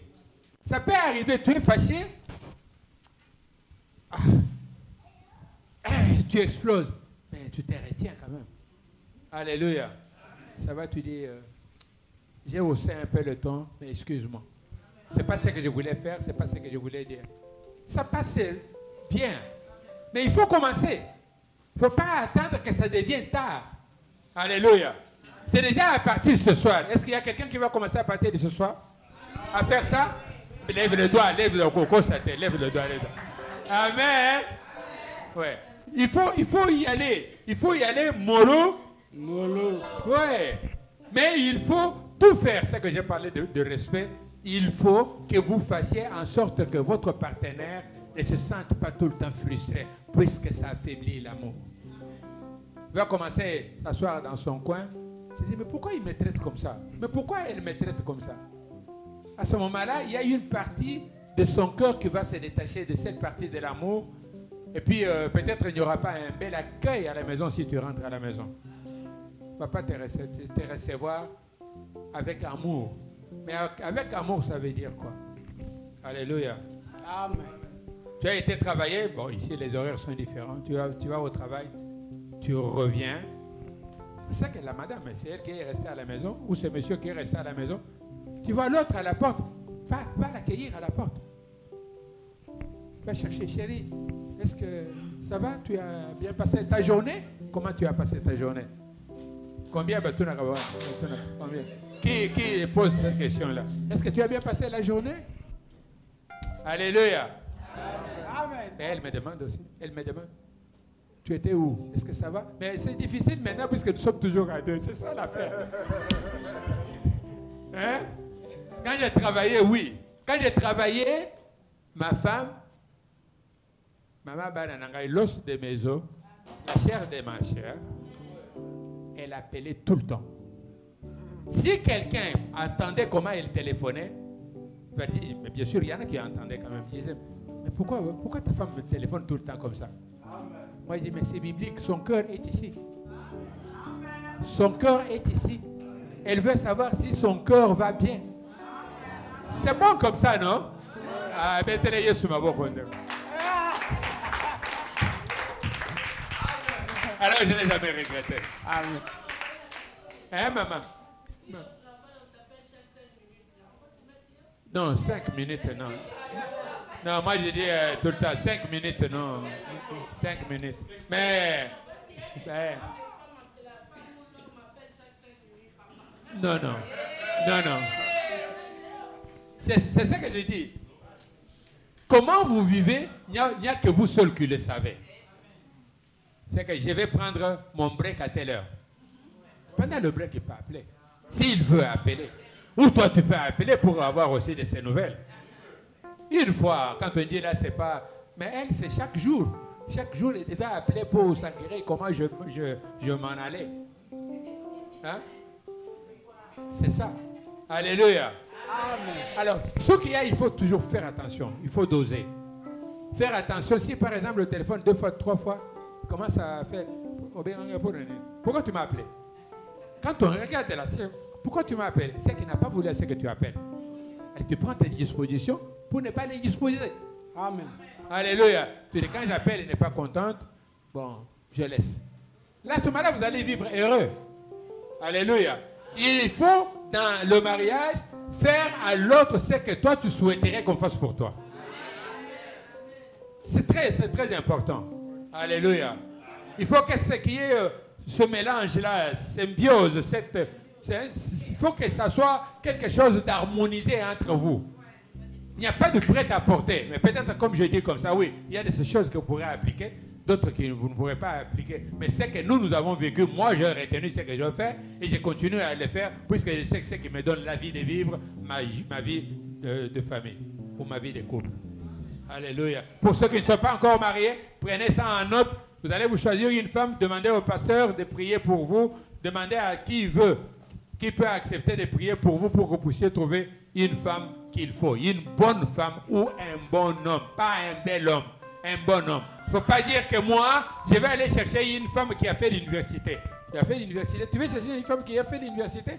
Celle qui a fait le secondaire 5, tu n'en veux pas?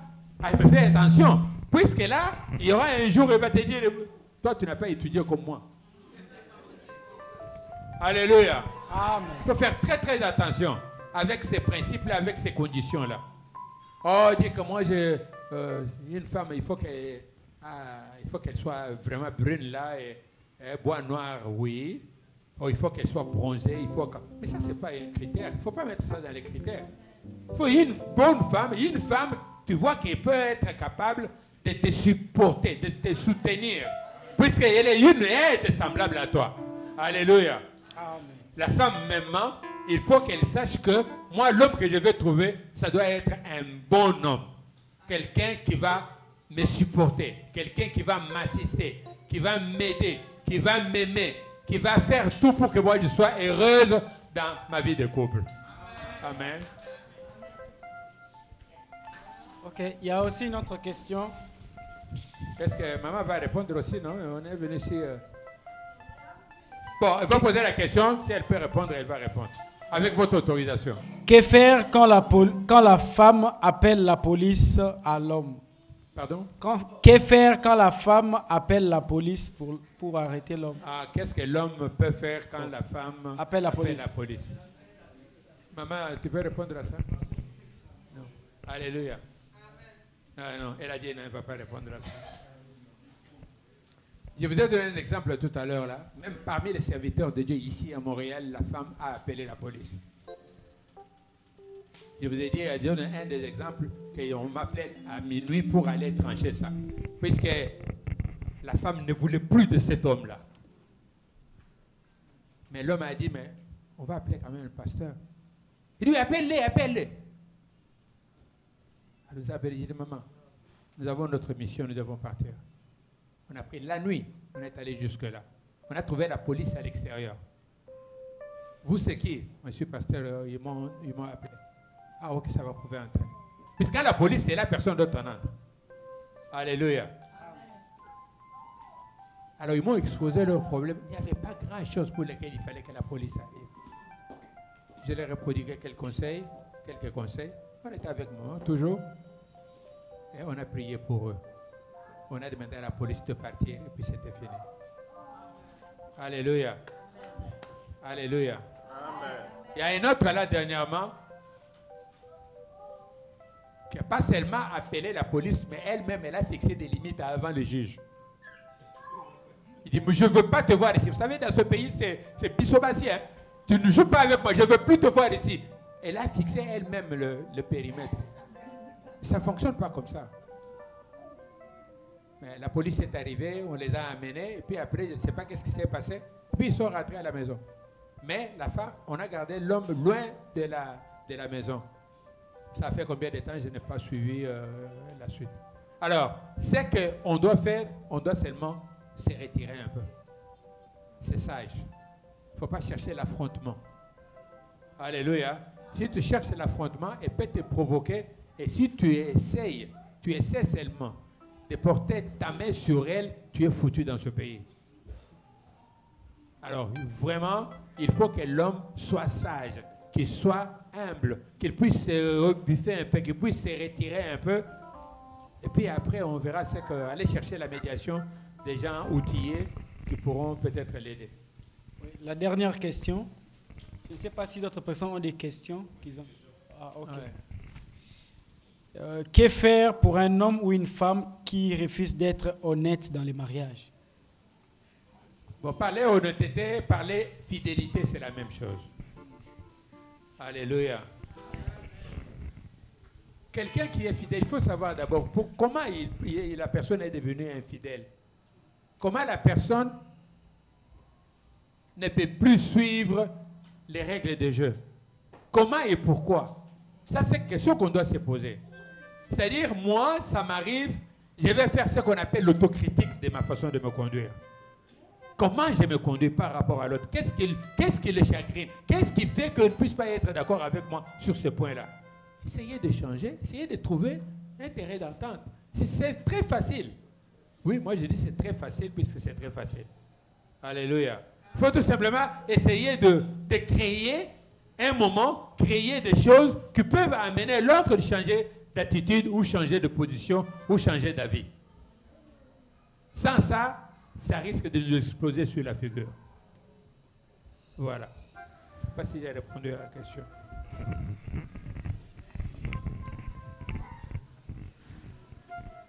Allez, le frère. Ok. Moi, c'est une question par rapport aux rapaces. Donc, vous avez mentionné qu'il y a les rapaces. Moi, je considère que les rapaces, c'est peut-être pas les autres hommes, c'est plus la famille et les amis. Comment protéger son couple de ces rapaces? Comment vous avez protégé votre couple pendant toute cette période-là, 60 ans, des rapaces? Ouais. Surtout la belle famille. Et la famille personnelle aussi. Oui. Merci. Je n'ai pas pu vraiment développer ce point-là de famille comme tel. Mais on a eu à vivre des choses. Je vous ai donné l'exemple de ma propre famille. Alléluia. Amen. Moi, j'avais interrompu un peu mes études secondaires pour m'occuper de mes petits frères et sœurs. Quand papa est décédé, ma mère restait, il n'y avait pas assez de subsides, il n'y avait pas assez de moyens. Alors, je devais commencer à travailler. Alors, comment je vais travailler, m'occuper de mes petits frères et sœurs? Dieu a fait que je puisse trouver une bonne femme. Alléluia. Alléluia, bien-aimé. Amen. Alors, dans nos familles, comme je l'ai dit tout à l'heure, ceux qui n'aiment pas l'autre, ils vont chuchoter, ils vont parler des choses. C'est pour cela qu'il faut que vous soyez capable de gérer les membres de vos propres familles. Puisque je sais que dans chaque famille, il y a des gens très agressifs, très méchants, qui vont essayer de tout faire pour tout simplement briser le mariage. Ah, cette femme-là a kabakaté, cette femme-là, elle est mauvaise, et on la voit comme ça. Et quand vous arrivez à la maison, il ne te donne pas à manger, puisque chez nous là-bas, quand vous arrivez chez le grand frère, il faut que la femme prépare pour tout. Alléluia. Alléluia. Hein, maman? Elle est toujours à manger. Alléluia. Mais elle était maligne, puisque quand il venait à la maison, même si moi je suis au travail, puisque vous savez, chez nous, elle ne travaillait pas. C'est moi qui travaillais, elle ramène l'argent à la maison. Je vous ai dit tout à l'heure qu'elle ne connaissait pas mon salaire. Moi, j'étais quelqu'un qui avait de l'argent. Alléluia. Surtout quand j'ai monté un peu en grade, j'ai voyagé beaucoup, j'ai beaucoup voyagé dans beaucoup de pays. J'amenais toujours de l'argent, j'avais toujours les dollars avec moi. À telle enseigne qu'un jour, c'était un témoignage aussi. Dans le bâtiment.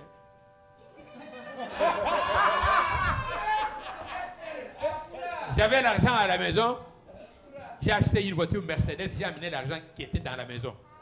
Elle était surprise de voir que j'avais beaucoup d'argent comme ça pour acheter une voiture Mercedes. La voiture était là, j'ai donné l'argent sous ma paillote, j'ai payé à la maison. Comment tu as fait? Je dis, mais j'ai gardé, j'ai fait des économies. Ça, c'était un de deux. Quand il y a eu des monétisations, j'avais beaucoup d'argent que j'avais caché dans mon bureau à la maison. Bon, à force de voyager, j'avais oublié cet argent à la maison. Quand je suis revenu, j'arrive à la banque, non, c'est démonétisé, ça n'a plus de valeur. C'est pour dire que dans la famille, il y a des choses, il y a des gens qui sont méchants, il faut les connaître. Il faut les stigmatiser. Il faut être capable de les maîtriser d'une façon ou d'une autre. Je sais qu'il vient à la maison tout simplement pour déranger ma femme, ou même il va aller jusqu'à son travail. Il faut bien connaître la personne là et être capable de chercher comment il faut la maîtriser, puisque sinon elle va briser ton mariage. Alléluia. C'est toi, c'est pas quelqu'un d'autre qui va le faire.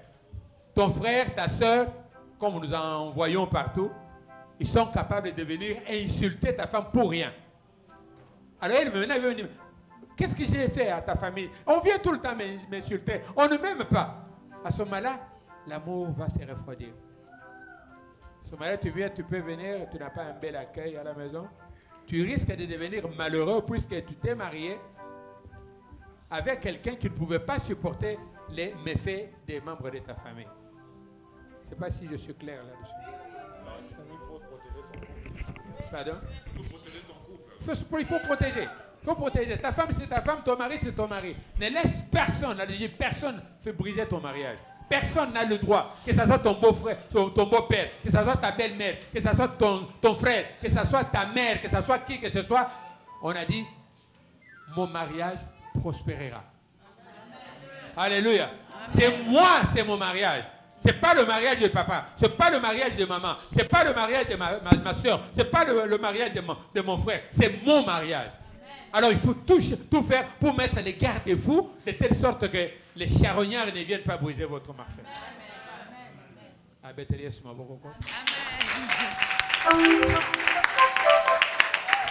Oui, il y a une question. Oui.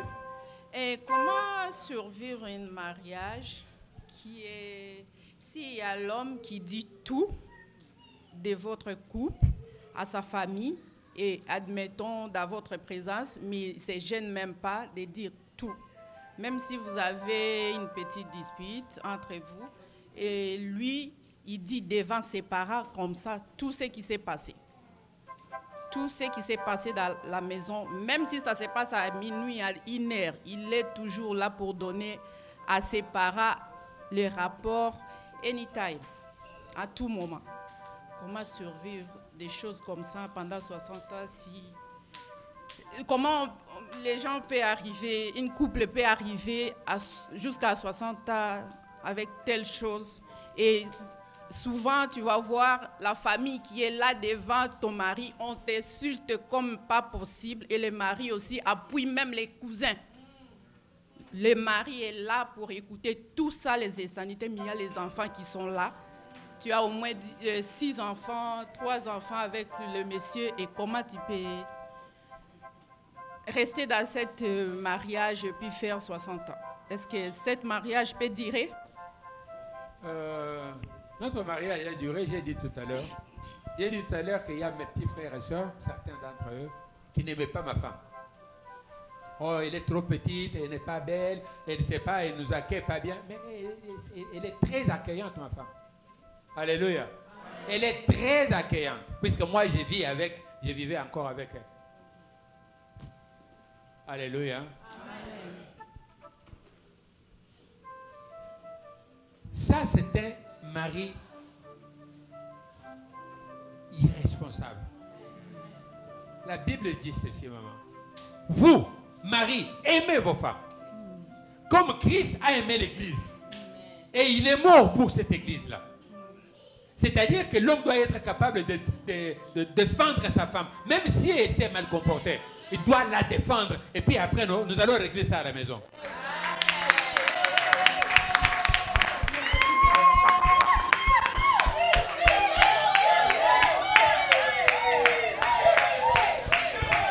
C'est un homme irresponsable.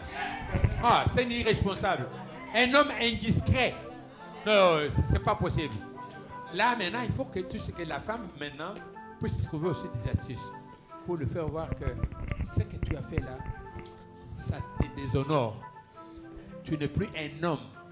Tu es traîné par n'importe qui pour me diffamer, pour m'humilier, alors que je suis ta femme, je suis la chair de ta chair. Chérie, il ne faut plus faire ça. Je t'ai touché dans mon cœur, dans mon âme. Ne fais plus ça.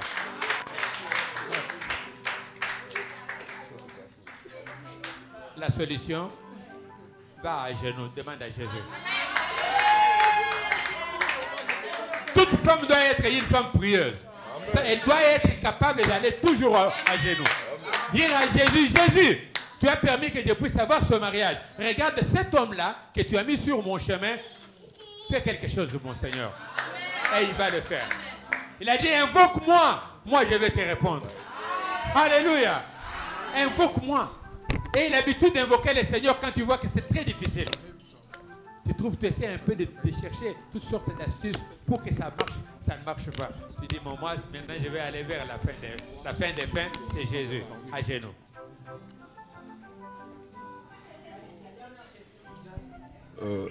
Celui-là, il ne me lâche jamais. Bon. Oui. Est-ce que je parle ou pas? Bonjour, pasteur. Oui, bonjour, merci. J'aurais une question pour vous. Ma question, c'est si tu trompes ta partenaire, est-ce que c'est bien ou pas d'aller lui dire en sachant que tu peux détruire ta relation avec elle? Est-ce que c'est une bonne idée d'aller comme te confier à elle en sachant que comme elle n'accepte pas tes avances, qu'elle dira non, c'est fini, ou tu gardes ça pour toi, tu gardes ça comme tu vas pas essayer de... Tu gardes le secret pour toi, quoi. Mais ça, c'est ta conscience. C'est toi. Qu'est-ce que tu as fait de mal à telle enseigne qu'elle ne veut plus te voir? C'est toi. Est-ce que tu comprends? Est-ce que tu peux être capable de revoir un peu, de te regarder dans la glace, voir comment tu t'es comporté pour qu'elle puisse arriver à ce point-là?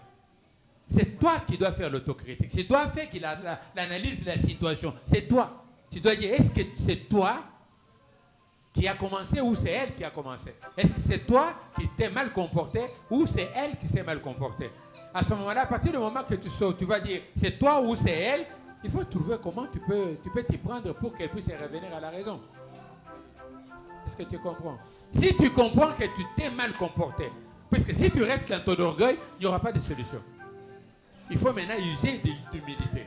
Si tu es humble, de cœur, tu vas lui dire, chérie, je sais qu'on était quelque part là-bas, ou peut-être, il y a cette fille-là qui m'a regardé, toi tu as cru que je connaissais cette fille-là. Mais souvent c'est ça aussi. Hein. Ah, moi j'ai regardé cette fille-là, toi tu as vu, toi tu croyais que moi je connaissais cette fille-là, et puis on se connaissait, et puis c'est pour cela que tu étais fâché. Mais je la connaissais, ou je la connais, cette fille-là, mais voilà. Mais si ça t'a frustré, je te demande pardon. Ça va? Tu peux refuser le pardon le même jour. Non, ton pardon là n'est pas sincère.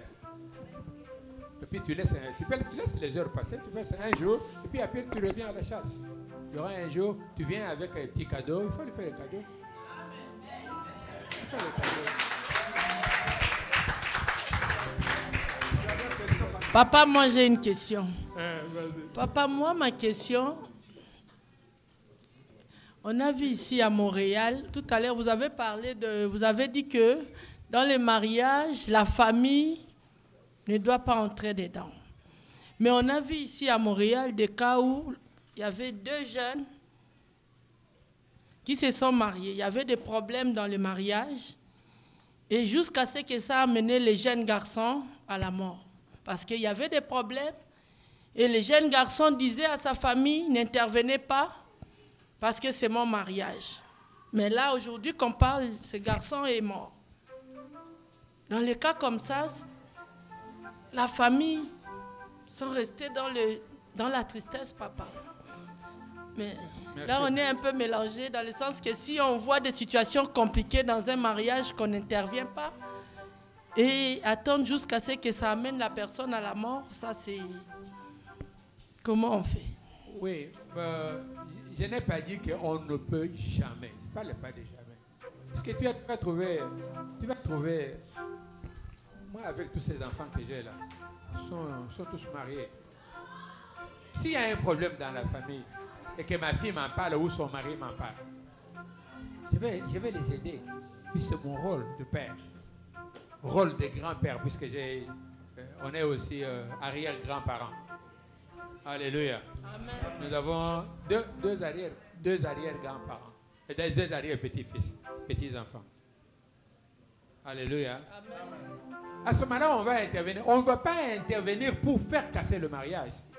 Si on a affaire aux gens qui sont méchants, qui ne veulent pas que leur fille ou leur garçon puisse rester ensemble avec telle personne, mais il faut trouver pourquoi. Qu'est-ce qui se passe? Si c'est par méchanceté, mais vous qui vivez la situation, vous le saurez. Il y en a qui disent, oh, la famille n'angaï. Alléluia. Même pas dans cette famille. Hein? Pardon? Il interprète parce qu'il y a des gens qui ne parlent pas lingala. Ah, ok. Oh, bon. Sorry. Alors, il faut faire en sorte qu'on trouve un moyen d'entente. Puisque s'il y a un problème, je ne sais pas l'affaire, je ne sais pas exactement les détails de cette affaire-là. Comment il y a eu des problèmes entre l'homme et la femme et que ça a amené à la mort. Le garçon ou le monsieur à la mort. Il y a un cas où il y avait la femme qui était morte, dans l'autre cas, il y avait l'homme qui était mort. Oui, mais il faut voir maintenant comment on va intervenir. Comment on va intervenir? Si on a des éléments pouvant vous permettre de mieux comprendre la situation. Puisque si on ne comprend pas la situation, ce sera de l'arbitraire. À ce moment-là, l'autre partie va dire, non, vous voyez, il a amené les gens pour qu'ils viennent me secouer, alors que c'est moi la victime. Il faut vraiment faire très attention. Il faut avoir tous les éléments pouvant vous permettre de mettre sur la balance, et puis les éléments pouvant vous permettre de préparer des solutions à leur proposer. Si un ou l'autre refuse, on va les laisser tranquilles. On ne force rien. C'est ça. Mais en tant que parent, ça fait mal de voir que ton garçon ou ta fille risque de perdre la vie à cause de la situation. Mais qu'est-ce que vous pouvez faire, maman? Qu'est-ce qu'on pouvait faire? Il y a l'homme, mais les parents même, on n'envoie même pas, maman. On envoie les parents, là, on les envoie. Dans beaucoup de mariages que j'ai béni, j'ai célébré, je peux dire même dans le monde, hein, que ce soit à Toronto, que ce soit ici, que ce soit partout où j'ai célébré le mariage. Vous voyez le parrain le jour de la célébration. Après, on ne les voit pas. C'est vrai. Hein? C'est vrai, papa. Oui, c'est vrai. Alors, peut-être qu'à ce moment-là, ils trouvent qu'ils ont accompli leur tâche de parrain, puisqu'ils sont présentés avec des photos, etc. Ok, ça va. Or que leur travail, c'est suivre les mariés. S'il y a quelque chose, ils doivent intervenir. C'est leur rôle en tant que parrain de mariage. Alors, s'ils ne le font pas, ce sont des irresponsables. Cherchez à ce moment-là les parrains par substitution. C'est-à-dire chercher d'autres gens qui peuvent vous aider dans le mariage, même s'ils n'ont pas été présents le jour où vous êtes mariés. Allez chercher un couple qui est digne, de confiance, qui pourra vous aider dans votre mariage. Ou chercher un pasteur qui peut vous aider, etc., etc.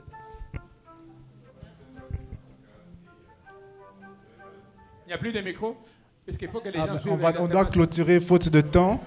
On va devoir peut-être faire partie de... Est-ce qu'on peut acclamer pour l'Éternel?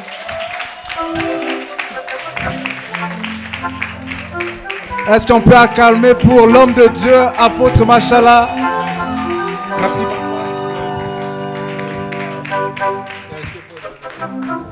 Service protocole, est-ce qu'on peut l'accompagner dans la cuisine, s'il vous plaît, dans l'autre salle? Qui a été béni? Qui a été béni ici? On peut balancer nos mains, si vous avez été béni. Alléluia. Est-ce qu'on doit inviter encore apôtre? On va l'inviter encore. Alléluia. Merci beaucoup, papa. Nous avons été abondamment bénis. Waouh. Moi, j'ai seulement 5 ans de mariage, donc j'ai pris des notes, papa, là. J'ai rempli mon cahier. Donc, merci beaucoup. Et nous prions que Dieu vous donne encore longtemps à vivre afin de nous bénir avantage. Que Dieu vous bénisse, papa. Le service protocole, si on peut l'accompagner, s'il vous plaît. S'il vous plaît, que ceux qui sont dans la cuisine, ils peuvent sortir, vraiment libérer, s'il vous plaît, la salle. Amen. Nous sommes à la fin. Vraiment, nous encourageons tous ceux qui sont là. Vraiment, si vous avez été bénis par le service, nous encourageons à préparer une offrande convenablement pour honorer, rendre grâce à Dieu pour ce qu'il a fait durant ce service. La Bible dit, amenez vos dîmes et vos offrandes. Amenez vos dîmes et vos offrandes à la maison de l'Éternel. Est-ce qu'on peut demander au service protocole s'il peut distribuer les enveloppes, s'il vous plaît? Comme communiqué, nous sommes le ministère CHV. Nous avons comme vision d'aider les foyers, les couples à aller de gloire en gloire, à réussir. Notre objectif, c'est jamais de détruire les foyers, mais à bâtir les foyers. Amen. Donc, nous faisons des activités comme ça une fois par année, des conférences pour les couples. Donc, on va se revoir certainement l'année prochaine et nous croyons que nous allons encore mieux faire. Est-ce que vous voulez qu'on l'invite encore apôtre l'année prochaine? Est-ce que vous voulez qu'il revienne l'année prochaine encore? Amen. Nous allons l'inviter encore. Comme autre communiqué, nous sommes ici chaque dimanche, normalement à midi. Donc nous se réunissons ici à midi. Si vous êtes là pour la première fois, ne quittez pas rapidement. Venez voir évangéliste Jean Lambert qui va prendre vos coordonnées. Vous allez prendre quelques minutes, va prendre vos coordonnées.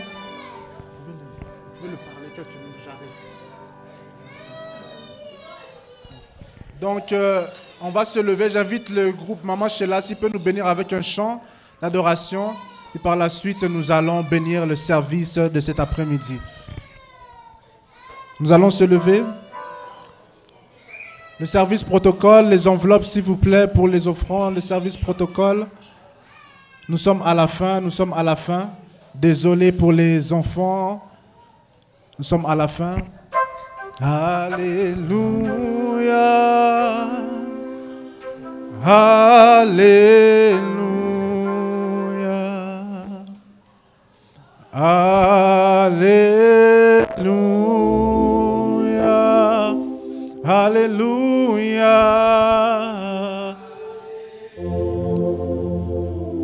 Merci Jésus. Merci Jésus. Merci Jésus. Alléluia. Nous allons lever vos mains. Vous allez lever vos mains. Je vais prier pour vous. Si vous êtes là dans ces lieux, vous avez des difficultés dans votre foyer, dans votre mariage. Si vous aspirez au mariage, mais vous voyez que votre mariage est en train d'être détruit, je déclare qu'il puisse y avoir une restauration dans votre foyer dans le nom puissant de Jésus. Qui que ce soit qui est dans ces lieux, qui vit des obstacles, des difficultés dans son mariage, leur foyer a manqué la joie. Je déclare qu'à travers la grâce qui est sur l'apôtre Machala, que ton mariage puisse être restauré dans le nom puissant de Jésus. Que ton foyer puisse être restauré dans le nom puissant de Jésus. Si tu es dans ces lieux, tu aspires au mariage. Je prie qu'alors que tu quitteras ces lieux, à travers ces enseignements, que tu puisses trouver les os de tes os, la chair de ta chair, dans le nom puissant de Jésus. Père éternel, je bénis ton assemblée. Papa, ta parole dit un jour dans ta présence vaut mieux que 1000 autres ailleurs.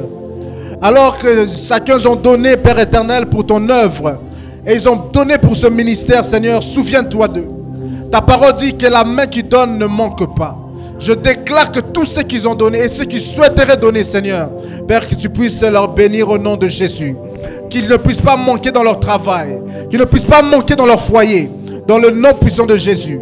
Bénis cette assemblée, bénis ton serviteur qui nous a bénis à travers la parole.